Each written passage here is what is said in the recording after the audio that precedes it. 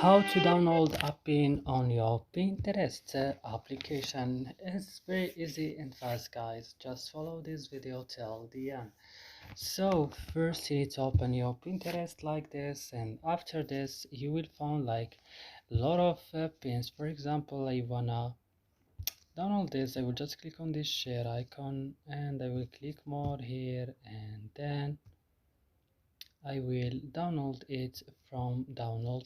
Or for example, I can also download videos. For example, this video I can download it. It's very easy. Just click here and click on download.